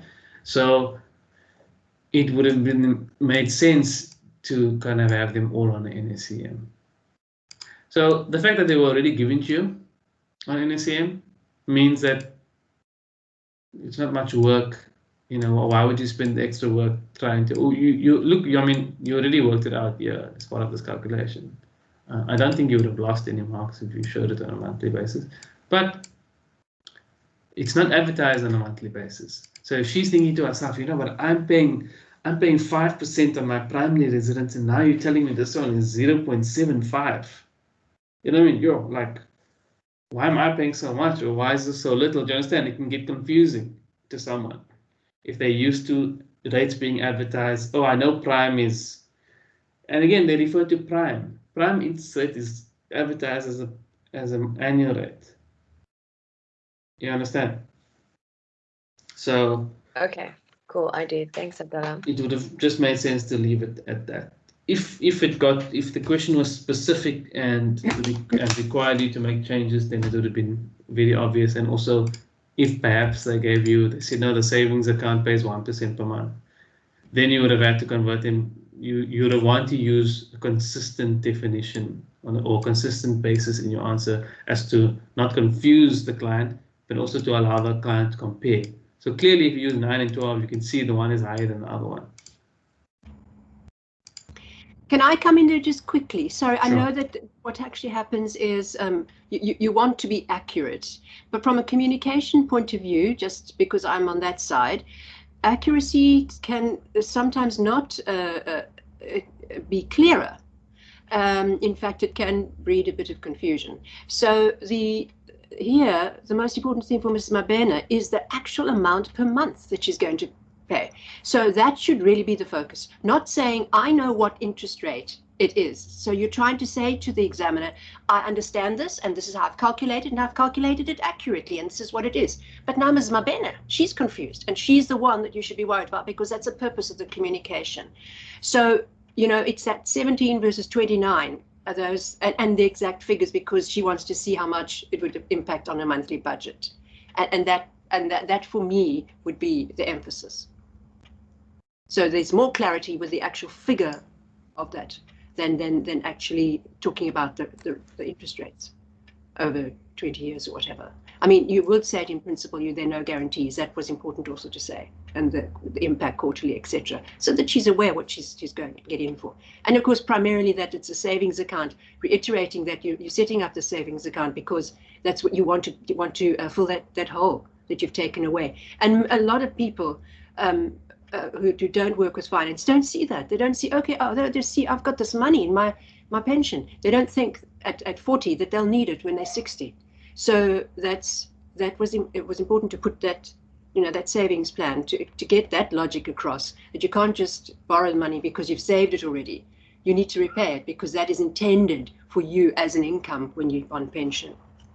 Sorry, I just wanted to jump in there about the clarity versus accuracy, not always equating. Itumele? Hi. So just two questions. So I understand that here it was important to state exactly how much she's gonna have to pay for each of these options. So generally, like I've seen as well, like in some papers, like they would not state the exact amount 17,995, but they would approximate it to like 18,000. So my first question is, like, when is it appropriate to round it off to the nearest, round numbers? And my second question is, when they say approximately, just to check, this is 50 words both sides, right? So between 450 and 550, is that correct? I think you're correct on the word count. Now, what do you mean both sides, Itumeleng? So you mean okay? So you mean the it can be up to as few as 450 or as much as 550? That's right. Yes, as I'm asking. Yes. And nowadays they tend to give you a few more words, because that was very few words really for this answer. All right, thanks. You see, with the calculation like this, you kind of you kind of need to be spot on. I mean, you can probably skip out the cents, but you need to be spot on, because these payments are made in arrears, right? And if you made a mistake and you made the payments in advance, you'd get a different answer. And then now you've kind of technically made a mistake, and you're probably going to lose some marks because the payments were made in arrears, for example, right? But yeah, you may still get credit if you won't lose that. I mean, the question said the payments are made in arrears, right? So if you did in advance, it would have been a small penalty for that, but not major. But I would keep it up to this. I wouldn't keep the cents, but I would have rounded to the nearest rand in this case. I suppose when the numbers are very big, you could argue that it's not too important, but there's a bit of balance there. I think it depends on the context, and this is coming from someone's budget, and we already know that this number is based on an assumption and it's bound to change. But if you feel like long term it's going to be 9%, then this is a good number to work with, and it's important for someone's budget to be like, okay, this is 17,995, and yeah, I would give the exact answer, maybe knock off the cents, but yeah, you ask what the monthly payment is, so just give it. Okay, I hope that answers your question. So kind of just coming back to our checklist here, our aim of our calculation is to show the monthly cash flow impact. How much leaves an account under each option. Now, I mean, this is what people understand. Just tell me how much each option is going to cost. So I know this one's going to cost me 29,000 and this is going to cost me 17,000. I'm probably going to go for the cheaper option because that, it makes sense for me. There may be wider points that you want to add, but you weren't really given any here, so you shouldn't. Again, now I need to explain option one. So I've got my calculations. I need to explain option one. She understands the mortgage, so I don't need too much detail in explaining how a mortgage works. I can just stick to the interest rate and the repayments, and I can explain to her it's based on an assumption and it could change. I then explain the retirement withdrawal. You've got 3 million. Okay, let's do that. Let's do it the first answer. So this is how your answer could look like. You're going to borrow 2 million rand from the bank, and you to pay the loan of our monthly over 20-year period. The bank is willing to lend you the full amount at prime interest rate. We've estimated that the prime interest rate is likely to be this much per annum. Notice that I didn't put anything about nominal, all of it, because that's too technical, not needed. Even the banks don't do that. The banks just say 9%. In the fine print, it's NACM. The layperson may or may not understand that. They use the bond calculator on the website to calculate what the repayments are. And actually, you're looking at it, is that nominal, is it effective? Because you're not actually, and you have a different understanding of those things. But for normal people and for marketing purposes, this is NACM, and you don't have to state it in this case. in this scenario for this audience. And then you can say, Abdallah, if this is the sorry, case, Abdallah, I couldn't resist. You're quite Sure. right. You're all not normal. Because you said normal people, because you're very special people. Sorry, I just had to say that. Thanks, Billy. Yeah, you know, we don't realize that the outside of the way we see things, this is accepted, that this is something to say, and the details are beyond the scope of what people, they just use the bond calculator on the website, whereas you will go type up an annuity formula in Excel, so they won't do that. Okay, and if this is the case, the monthly payment will be this much over 20 years, and you could say that the payments are made at the end of the month somewhere if you wanted to, right? The total repayments would be this much. Even this may not really be necessary, but you wouldn't be penalized if you put that in there. But you really will ask for this. So this is really not necessary, but yeah, you can decide. In retrospect, I actually wouldn't have put this in. Then important to note that estimates are based on the prime interest rates, which is subject to change every quarter. Remember, the examiner told you this. They told you that it's subject to change every quarter. He didn't tell you this for fun. You need to communicate it to the client. So the client is knowing in their mind that, look, it's going to be this much, but it can change every quarter, every 3 months, it can change. Okay, I must expect that. I mustn't be surprised if it changes every every quarter, every 3 months, 4 times a year. Okay, again, one of those things where if you read it and be like, yeah, okay, cool, but I didn't use this in my answer, then you dropped off a mark or two. Okay. Again, everything in the examiner gave you need to be using somewhere. Cool. That's answer 1. Second part, option 2. Felisa. Yes. Sorry, please go back to option 1. Going back. So I think I tend to sometimes miss the obvious statements to make. For example, that statement in the first bullet point where you say the bank is willing to lend you the full amount. So for me, I just want advice as to how to identify sort of such statements that think the context. But for me, I would have just said you would borrow 2 million, repay monthly over 20 years at the quoted prime interest rate. Okay, so yeah, so remember, with bonds, generally the bank expects you to make a deposit. So generally you don't borrow 100% of the loan. If the house costs you 2 million, you generally don't borrow all of it. You borrow only 90% because you're going to put down a 10% deposit. So, I mean, yeah, it's a bit. It takes a bit of. It takes a bit of.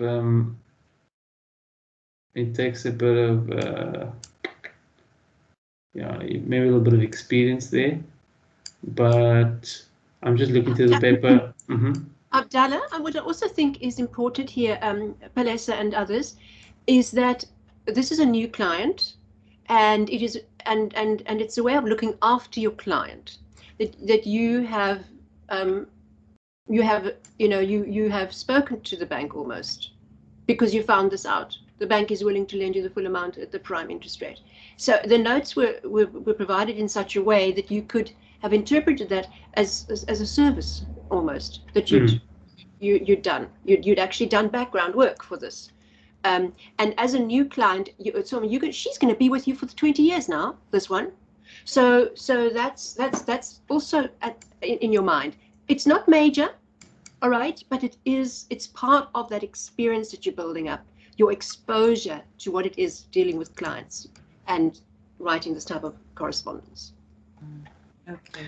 Another point here is to specifically mention that you're going to borrow 2 million, because when you compare to the second cases, you're not going to be borrowing 2 million, you're going to be borrowing 2.6 effectively from yourself.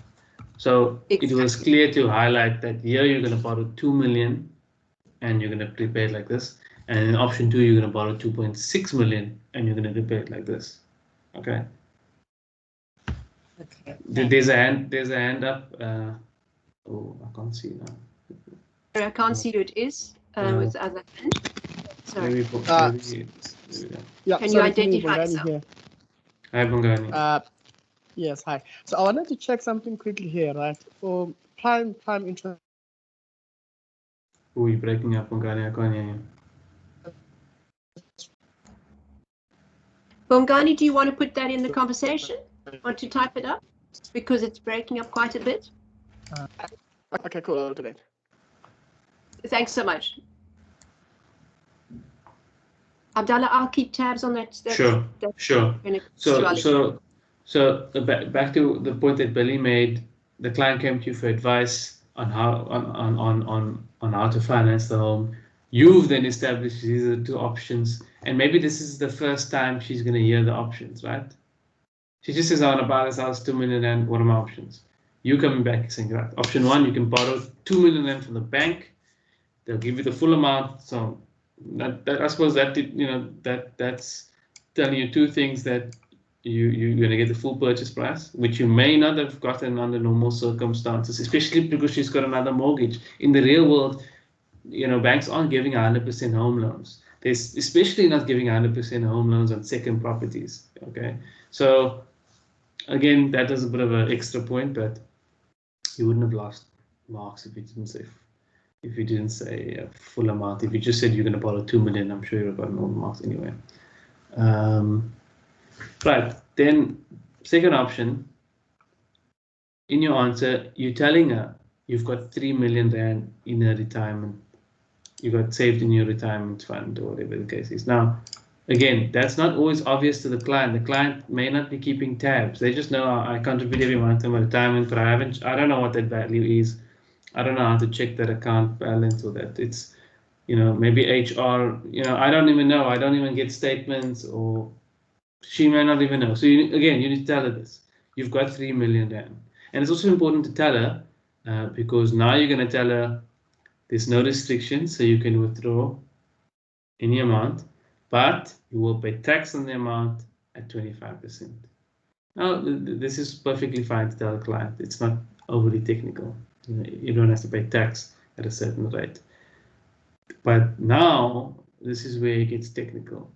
You just tell her how much she needs to withdraw, which means you need to withdraw 2.66 million, or you can put the full amount. I just shortened it here, but you put the full amount, 2.666667, to have 2 million after tax. Okay, now you're going to say, and what does this mean? You will have enough to pay for the holiday home, but this will leave you little, with little money, with less money in your retirement account. Maybe you can put the amount, you don't have to. You're making the point that you can do this. You will have the full amount even after tax, but this is the consequences. And again, this is like an obvious point. An examiner didn't really allude to this, but it's kind of obvious when you've got 3 million, you're taking out 2.66 million, you're not left with much, which leads on to the next part of the question. To rebuild your retirement savings, again, now you ended off with saying, okay, well, this doesn't leave you with much. To rebuild, and you were told that the client would need to rebuild this. So this is not like a surprise. It says the examiner told you she would need to set up a separate savings plan to make up for this hole. Okay, now you're telling her to rebuild your retirement savings account to make up for the full amount that you took out. You would need to save enough to cover the amount you took out, plus the interest that you would have earned on the amount over the next 20 years. Okay?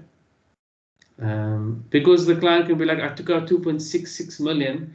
Don't I just divide that by 240 to work out how much I need to save to put back every month to make up for this? You see, that's why you need to tell the client that you need to make up for the interest that you would have earned. That's why we're discounting the cash flows at 12%. And now you go and say, okay, assume that you could earn an investment return of so much, and you make monthly contributions for the next 20 years. Now, again, I just said 12% per annum because any more detail is too complicated for.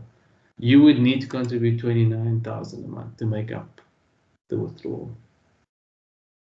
This, again, now I put this in here, this would mean a total paid of 7 million, but you don't really need to do this. This you don't really need. Masanda, before I answer you, I'm just, the last 2 points here.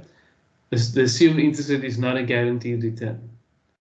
The contributions of this new savings plan would need to be made from your after-tax income, as your existing retirement savings plan already at the maximum tax benefit that is allowed. That's important. The examiner told you that. He didn't tell you just so that you can read it, okay, cool, I don't have to worry about tax and contributions. You also need to tell the client that.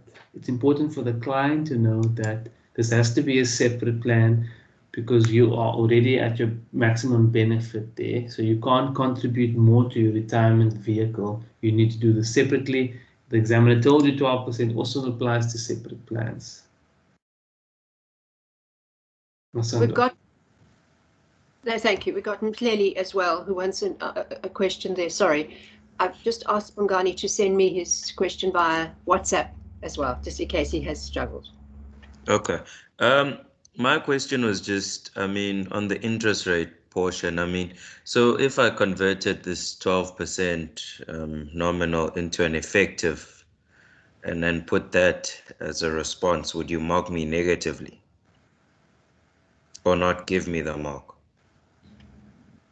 So I didn't quite catch that. It just broke up on my side. We know that this 12%, right, is compounded monthly. But say I just using that formula, that conversion formula, and I just calculate an effective per annum rate, and I put that instead of this 12%, would I still get the mark, or what? Or would you not give me the mark? I think, yeah, I don't think you would lose too much. Yeah, I think you may lose something, because it's you know, it wasn't necessary to do that, and it could be confusing, but it's, again, it's not a critical thing, so I wouldn't stress about that. But again, you need to kind of, you know, you need to really pay attention to the room and kind of, but I don't think you would have lost out too much marks. But I wouldn't have gained them either. Yeah, well, I haven't seen the technical marking schedule, so I don't know, but I can't imagine. I would have imagined many students would have put monthly interest rates because of everything being on a per month basis, in which case you wouldn't have been penalized for that, and the marker would have just accepted it. But yeah, I don't know what you think. Yeah, I think so, and it's just always I come back to the audience. So, and whether the, you know, with the preoccupation for it to be accurate, which is right, does it give you the clarity that you want for this audience? So that's really what your measure is. But you wouldn't be marked down if it's accurate. You'll just be marked down if it's too complicated for your audience on the communication side. I mean, definitely, and sometimes technically they don't want you to put stuff that is too complicated either. But since Abdallah said that was fine, then you wouldn't have been marked down technically. It's just from the communication point of view. Sometimes you just need to know that will this audience be confused by what you've told them, or is it actually giving them understanding? Are they going to have more questions, or are they going to be satisfied with that? And now that's the audience, okay? That's the audience, because you need to triangulate all of these needs, the audience, what the examiner wants, etc. But primarily, from a communication point of view, it's that audience. Okay. Okay, right. thanks, William. Okay. Okay. Thanks, Abdallah. Okay. Yeah. So that's kind of how you would make up that answer. So the key parts are, you know, the impact of the tax, which, you know, means that you have to take out more, and you're obviously earning a high interest rate, which means, you know, you're going to pay more. So this would have given you this answer. Now is the last bit, which is the recommendation. Which option do you take? Sorry, before we go to the recommendation, I'm sorry, Abdallah, but Bongani's question has come in, and I think it has bearing on this particular question about how much accuracy and what do you put per annum. Do you also, you know, and so in his case, he said, if one would normally consider prime rate, the use of those words, prime rate, as jargon, especially if you were told that the client has an existing mortgage. Now, this is not necessarily for this question because we haven't used the word we haven't used prime rate, at all. So, but if you're given that prime, you always, I say again, you always go back to your audience. If there is, if the examiner has said that the audience understands what prime rate is, or if the examiner hasn't been clear about that, but the audience, you've been told, has a certain level of financial literacy, then you and you need prime rate for your explanation, or prime rate has strong bearing on the outcome of this communication, then you would need to explain what prime rate is before you continue to use it. But you have to just be attentive to that. That is why examiners generally say what level the person is at, or they assume that you would know because they've given you what that person does. Maybe they are they dabble in investment or something like that. Maybe they have some financial literacy there. Okay, so Bongani, I hope that is answer that, because this is a common question and you were right to ask it about what is jargon. So what would be termed as jargon? Thank you very much, Abdallah. You make cool, no problem. Yeah, coming back to the answer. Now, in the Excel spreadsheet that we had, I also basically compared the two repayments, and I looked at the difference between the two repayments, and that was about 11,000.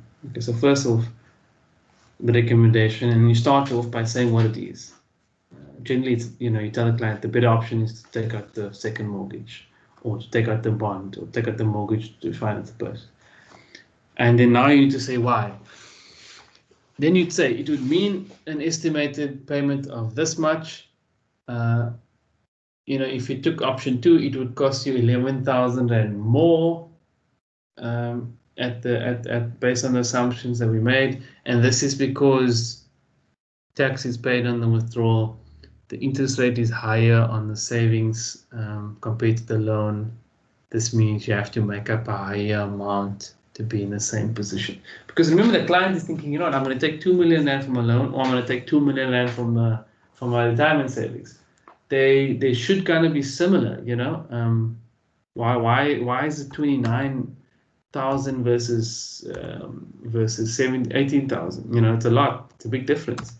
But the client obviously may not be able to do that, take into account tax, and then realize that the one has a higher interest rate on savings, which means that, you see, effectively, it's like withdrawing from the retirement fund is taking out a loan from the retirement fund. But the retirement fund charges a higher interest rate, and you have to take out more because of tax. So that is why it costs you more to put back.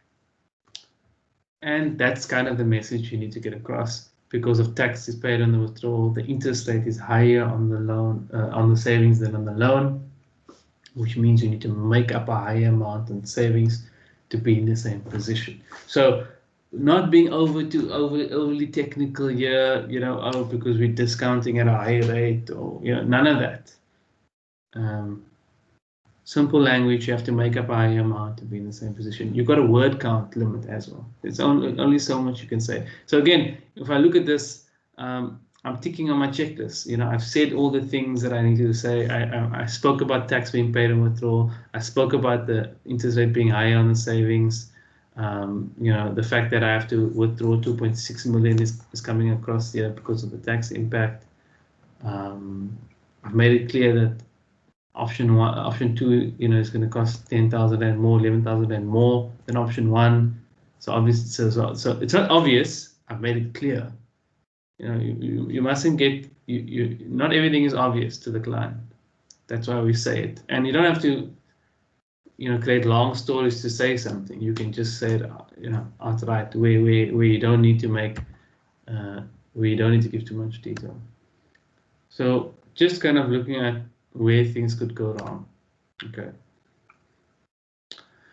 The easy one is you make mistakes in your calculation because you didn't treat the nominal rate properly when you did your calculations, or you used the wrong annuity factor, or you forgot the formula and you made a mistake, or you didn't apply a tax and withdrawal at all, or you applied it incorrectly. So those are calculation mistakes.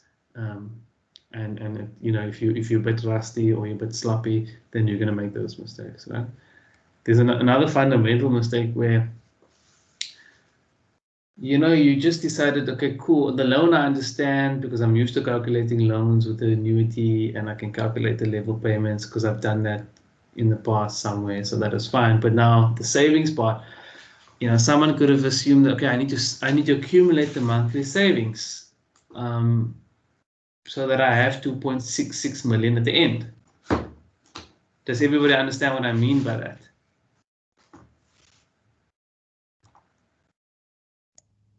Yeah, I do. Would it be beneficial if I do a quick timeline?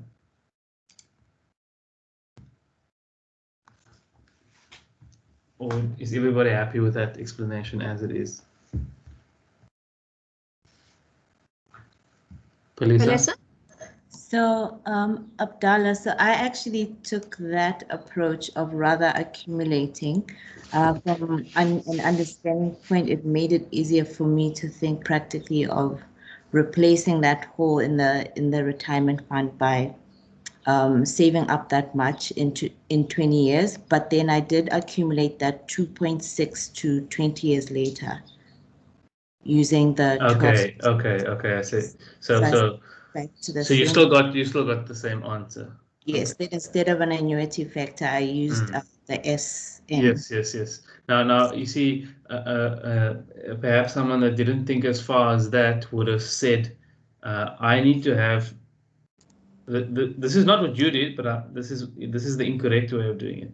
If you tell yourself, I need to have 2.66 million at the end of 20 years, I'm back in the same position. How much do I need to put away every month, such that if I accumulate all of these payments to 20 years time, I'm gonna have this, which is basically saying I'm working in months now. You see, this would be incorrect, because and what's incorrect here is this over here, because that 2.66 was a reference made in today's money. It was today. That's how much she would have withdrawn today, right?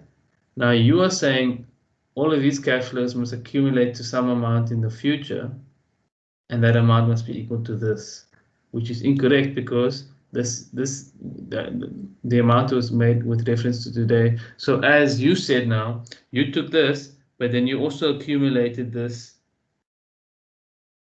Why am I using 12%? You also accumulated this. That's what you did, right? Yes. Now the mistake would be not to do this, because 2.66 is in today's money.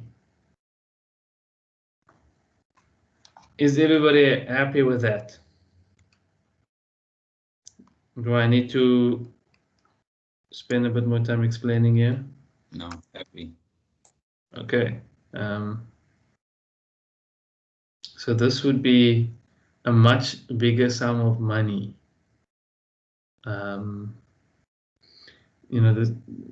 This is about 29 million approximately. So 2.66 million rand today is equal to 29 million in 20 years time, assuming you earn 12% a year or 1% a month effective. Okay. So you can see that to go from 2.66 million today, you earn a whole bunch of interest to get here. And that was the whole point about plugging the hole. We not only wanted to put back the 2.66, we we also wanted to put back the interest that would have been earned over this period. And that is why we use this annuity formula where we can accumulate the cash flows with interest over time. Again, she doesn't understand all of this, but we're providing the answers, and the answer comes in the form of that cash flow amount. And that is the beauty of advice. You know, people fail to understand the impact of interest and cash flows and tax, and this is where an advisor comes in and does all the maths and then helps the client understand. Okay, I've lost the screen. There we go. Okay, so accumulating over 20 years without adjusting without adjusting your equation of value, right? That then you would have gotten like 2,000 something in a month, and that doesn't make any sense because that doesn't account for the interest that you would have earned on the money. Okay, and then explaining the calculations. If you went and told the client that, okay, if you take the present value or you accumulate cash flows, or if you start going to technical language, then you have been penalized for that. Client didn't need to know all of that, just needed the advice. And that brings me to the end.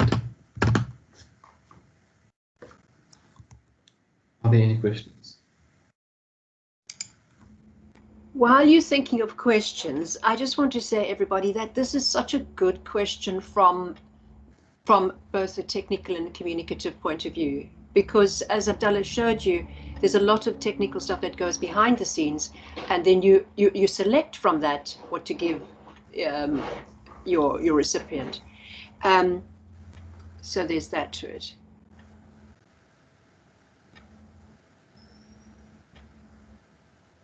Is there no further questions? I'd just like to thank Abdallah for this time this morning. Thank you very much, Abdallah. I think it's been really, really great. The pace was really nice, I felt, because we had time to go through stuff, and you know that FinMaths. It's not to say that you are going to get a question using FinMaths, but it's such bread and butter. It's such it's always whatever that involves, you know, whatever is in the exam. Invariably, you're going to go back to that toolkit for, you know, in response to to the question. So that was very good, and the detail and so on. So thank you very much for that, Abdallah. So are there no further questions here? I'm going to, I've recorded this, and so I'll make it available for you as well.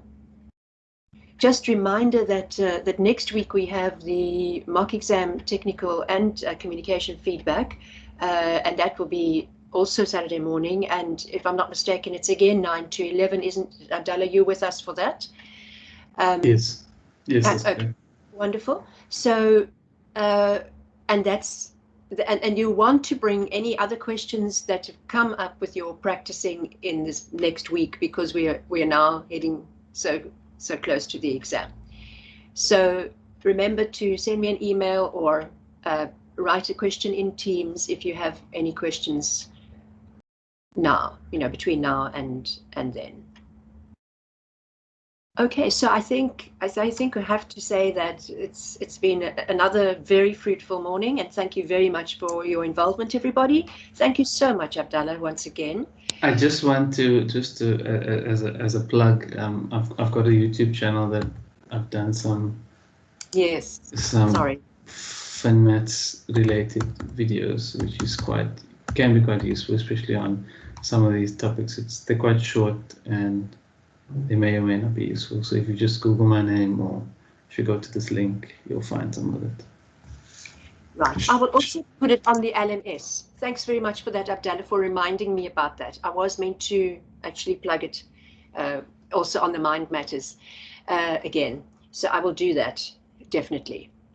So thanks for that. Shameless self-promotion. No, it's important that if you've got something to explain and you can do it well, why not? And we can always learn from that. So thank you. Okay, everybody. Thank you very much. Enjoy your weekend further. Yeah, gratitude for you being here today for yourselves, and also from our point of view, it's nice to give a workshop when everyone's here. Thank you. So I'll close the meeting now and the recording, and there we go. We'll see you next week. All right. Thank you. Vanessa, Timeleng, Mhleli, Malamba, everybody. Thank you very much. Thanks, Billy and Abdallah. It was a great session. Great. No problem. Glad you guys found it useful.